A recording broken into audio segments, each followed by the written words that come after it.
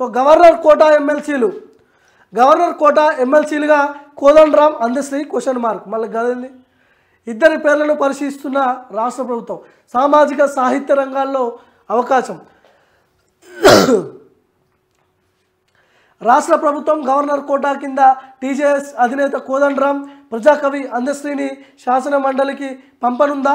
ఎమ్మెల్సీలుగా వీరిద్దరి పేర్లను పరిశీలిస్తోందా అంటే సంబంధిత వర్గాలు అవుననే అంటున్నాయి. ప్రస్తుతం గవర్నర్ కోటా కింద శాసన మండలిలో 2 స్థానాలు ఖాళీగా ఉన్నాయి. ఆ స్థానాలకు కోదండరాం, అందశ్రీలను ఎంపిక చేస్తే ఎలా ఉంటుందన్న పరిశీలన జరుగుతోంది. అసెంబ్లీ ఎన్నికల్లో కాంగ్రెస్కు కోదండరాం బేషరతుగా మద్దతు ఇవ్వడంతో ప్రభుత్వం ఏర్పడిన తర్వాత ఆయన్ను గౌరవప్రదమైన పదవిలోకి తీసుకుంటామని కూడా ఆ పార్టీ అధిష్టానం హామీ ఇచ్చింది.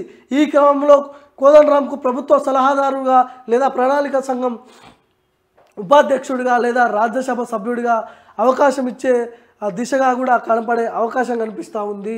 కోదండరాం సార్ తెలంగాణ ఉద్యమంలో కీలకంగా పనిచేసిండు. ఇదే కోదండరాం సార్ని ఇల్లు బలగొట్టి, తలుపులు బలగొట్టి కేసీఆర్ ఎత్తుకపోయి జైల్లో పెట్టరు, పోలీస్ స్టేషన్లో పెట్టరు.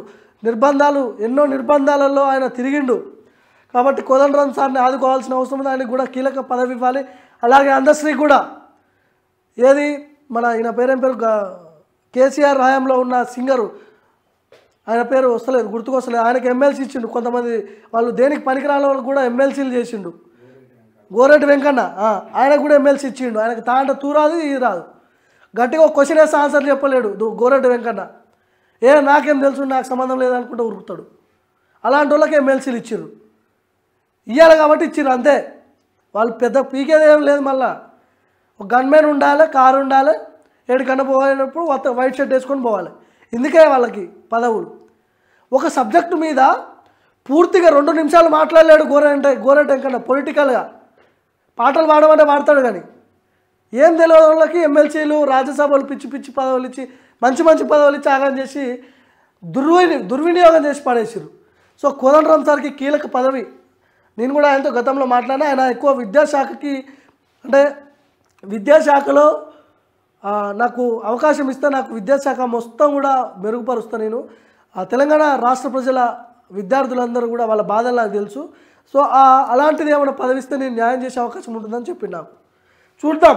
ప్రణాళిక సంఘమా, లేకపోతే విద్యనా, లేకపోతే క్యాబినెట్ ర్యాంక్ ఇస్తారా, మరి అందశ్రీకి ఏమి ఇస్తారో అనే అంశాల గురించి అయితే మనం చూడాలి. 6 మంత్రులను అయితే తీసుకోవాలి ఇంకా. సో దాంట్లో క్యాబినెట్లో కోదండరాం సార్కి ఏమైనా ఛాన్స్ ఉంటుందా, లేదా మరి అందశ్రీకి ఎలాంటి పదవి ఉండబోతుందనే అంశాల గురించి మనం చూడాలి భవిష్యత్తులో.